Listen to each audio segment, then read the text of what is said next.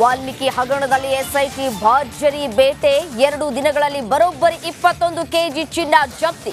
ಹೈದರಾಬಾದ್ನ 2 ಸ್ಥಳದಲ್ಲಿ 6 KG gold seize. KPCC ಅಧ್ಯಕ್ಷ ಸ್ಥಾನಕ್ಕೆ ರಾಜೀನಾಮೆ ನೀಡ್ತಾರಾ ಡಿಕೆಶಿ? ದೆಹಲಿಗೆ ಹೋಗಿ ವಿಚಾರ ತಿಳಿಸ್ತೀನಿ ಅಂದಿದ್ಯಾಕೆ ಡಿಕೆಶಿ? ನಿಮ್ಮಿಂದ ದೂರ ಸರಿಯಲು ಇಷ್ಟ ಇಲ್ಲ ಎಂದ ಉಪಮುಖ್ಯಮಂತ್ರಿ.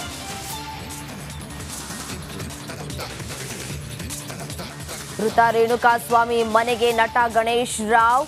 ದರ್ಶನ್ ಅಂತವನಲ್ಲ ಎಂದು ನೊಂದ ಕುಟುಂಬಕ್ಕೆ ಸಮರ್ಥನೆ.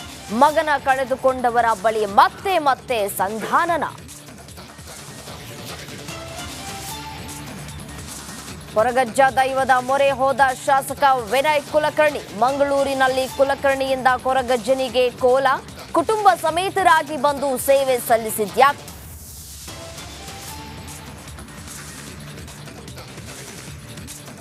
ಕರುನಾಡಿನಲ್ಲಿ ಮುಂದುವರಿದ ಮಹಾಮಳೆ. ಅಲ್ಲಲ್ಲಿ ಗುಡ್ಡ ಕುಸಿತ, ಮರ ಬಿದ್ದು ರಸ್ತೆ ಬಂದ್. ಕಾರವಾರದಲ್ಲಿ ನಾಪತ್ತೆಯಾದವರಿಗೆ ಶೋಧ. ಸ್ಥಳದಲ್ಲೇ ಬೀಡು ಬಿಟ್ಟ ಶಾಸಕ.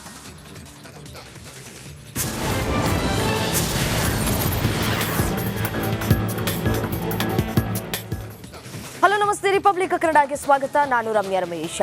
ಮೃತ ರೇಣುಕಾಸ್ವಾಮಿ ಮನೆಗೆ ನಟ ಗಣೇಶ್ ರಾವ್ ಭೇಟಿಯನ್ನ ಕೊಟ್ಟಿದ್ದಾರೆ. ಮತ್ತೆ ದರ್ಶನ್ ಪರ ಗಣೇಶ್ ರಾವ್ ಮಾತುಗಳನ್ನಾಡಿದ್ದಾರೆ. ದರ್ಶನ್ ಆರೋಪಿ ಅಷ್ಟೇ, ಅಪರಾಧಿ ಅಲ್ಲ ಅಂತ ಹೇಳಿ ಸಮರ್ಥನೆ ಮಾಡಿಕೊಂಡಿದ್ದಾರೆ.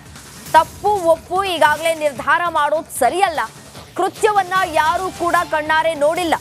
ಆರೋಪ ನ್ಯಾಯಾಲಯದ ಮುಖಾಂತರ ಸಾಬೀತಾಗ್ಲಿ. ದರ್ಶನ್ ಆ ಮಟ್ಟಕ್ಕೆ ಇಳಿಯುವ ಮನುಷ್ಯ ಅಲ್ಲ. ದರ್ಶನ್ ತಪ್ಪು ಮಾಡಿಲ್ಲ ಅಂತ ಹೇಳಿ ಗಣೇಶ್ ರಾವ್ ಸಮರ್ಥನೆಯನ್ನ ಮಾಡಿಕೊಂಡಿದ್ದಾರೆ. ಚಿತ್ರದುರ್ಗದ ಮೃತ ರೇಣುಕಾಸ್ವಾಮಿ ಮನೆಗೆ ಭೇಟಿಯನ್ನ ಕೊಟ್ಟು ಮಾತುಕತೆಯನ್ನ ಕೂಡ ನಡೆಸಿದ್ದಾರೆ ನಟ ಗಣೇಶ್ ರಾವ್. ಅದೇ ರೀತಿಯಾಗಿ ಷಡಕ್ಷರಯ್ಯ ಮಧ್ಯೆ ಸೂಕ್ಷ್ಮ ಚರ್ಚೆ ಕೂಡ ಆಗಿದೆ ಅನ್ನುವಂತಹ ಡೀಟೇಲ್ಸ್ ಸಿಗ್ತಾ ಇರುವಂಥದ್ದು. ದರ್ಶನ್ ಜೊತೆ ನಾನು 13 ಸಿನಿಮಾವನ್ನ ಮಾಡಿದ್ದೇನೆ. ಅಂದ್ರೆ ಅವರು ಅಷ್ಟು ಕ್ರೂರತನವಾದಂತಹ ಮನುಷ್ಯ ಅಲ್ಲ. ತಪ್ಪು ಮಾಡಿದ್ರೆ ಶಿಕ್ಷೆಯನ್ನ ಅನುಭವಿಸ್ಲಿ, ಬೇಡ ಅಂತ ಅನ್ನೋದಿಲ್ಲ. ಇನ್ನು ಕಾನೂನು ರೀತಿಯಾಗಿ ಅದಕ್ಕೆ ಸಾಕಷ್ಟು ಕೆಲಸಗಳಿದೆ, ಅದೆಲ್ಲವೂ ಕೂಡ ಆಗಬೇಕು. ಕಾನೂನಿನ ಮುಂದೆ ಯಾರು ದೊಡ್ಡವರಲ್ಲ ಅನ್ನುವಂತಹ ಮಾತುಗಳನ್ನ ಕೂಡ ಆಡಿದ್ದಾರೆ. ತಪ್ಪು ಮಾಡದೆ ಅಪವಾದ ಹೊರಿಸೋದಕ್ಕೆ ಹೋಗಬೇಡಿ ಅಂತ ಹೇಳಿ ಸಮರ್ಥನೆಯನ್ನ ಮಾಡಿಕೊಂಡಿದ್ದಾರೆ. ಆರೋಪ ಹಾಗೂ ಅಪರಾಧಕ್ಕೂ ತುಂಬಾ ವ್ಯತ್ಯಾಸ ಇದೆ. ಬೇರೆ ಕೆಲವರು ಅವರೇ ಕಣ್ಣಾರೆ ನೋಡಿದ ತರ ಮಾತನಾಡ್ತಾ ಇದ್ದಾರೆ. ಇದನ್ನ ಯಾರು ಕೂಡ ಕಣ್ಣಾರೆ ನೋಡಿಲ್ಲ. ಇನ್ನು ಅದೇ ರೀತಿಯಾಗಿ ಅಧಿಕಾರಿಗಳು ಕೂಡ ಎಲ್ಲೂ ಹೇಳಿಲ್ಲ ಅನ್ನುವಂತಹ ಮಾತುಗಳನ್ನು ಆಡಿದ್ದಾರೆ. ರೇಣುಕಾಸ್ವಾಮಿ ಅವರ ಮಾತಾಡ್ಸ್ಕೊಂಬರೋಣ ಅಂತ ಬಂದೆ. ಮನೆ ಪರಿಸ್ಥಿತಿ ನೋಡಿದ್ರೆ ಬಹಳ ಚಿಂತಾಜನಕವಾಗಿದೆ. ಒಂದು ದುರ್ಘಟನೆ ನಡೀಬಾರ್ದಾಗಿತ್ತು, ನಡೆದಿದೆ. ಬಟ್ ಅವ್ರ ಮನೆಯ ತಂದೆ ತಾಯಿಗಳು ಮಾತಾಡಿಸಿದಾಗ ಅವರು ಬಹಳ ನೋವನ್ನು ಅನುಭವಿಸಿದ್ದಾರೆ.